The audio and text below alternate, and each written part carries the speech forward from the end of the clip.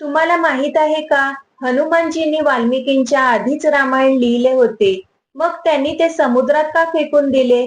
जेव्हा वाल्मिकींनी रामायण लिहिले, तेव्हा ते दाखवण्यासाठी वाल्मिकी कैलास पर्वतावर महादेवांकडे गेले. तेव्हा महादेवांनी त्यांना सांगितले, की हनुमानाने तुझ्याहून सुंदर रामायण लिहिले आहे. तेव्हा ते पाहण्यासाठी हनुमानजी ज्या गुफेत होते, तिथे वाल्मिकी गेले. तिथे त्यांनी पाहिले, की हनुमानजींनी आधीच एका शिळेवर त्यांच्या नखांनी संपूर्ण रामायण लिहून ठेवले आहे. हनुमानजींच्या रामायणाची रचना इतकी सुंदर होती, की वाल्मिकी ऋषींना वाटले, माझे रामायण कोणी वाचणार नाही. त्यामुळे वाल्मिकी ऋषी खूप दुःखी झाले. वाल्मिकी दुःखी झालेले पाहिल्यावर हनुमानजींनी ती शिळा समुद्रात फेकून दिली, कारण वाल्मिकींचे नाव अमर राहण्यासाठी. परंतु वाल्मिकी ऋषींनी हनुमानजींना विचारले, की तुम्ही सर्वात सुंदर रचनेचे रामायण लिहिले होते, मग तुम्ही ते समुद्रात का फेकून दिलेत?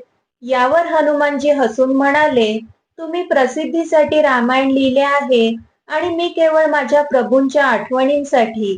मला प्रभू श्रीरामांना शब्दात नाही, तर माझ्या विचारात आणि स्मरणात ठेवायचे आहे. हे ऐकून वाल्मिकींचा अहंकार तुटला.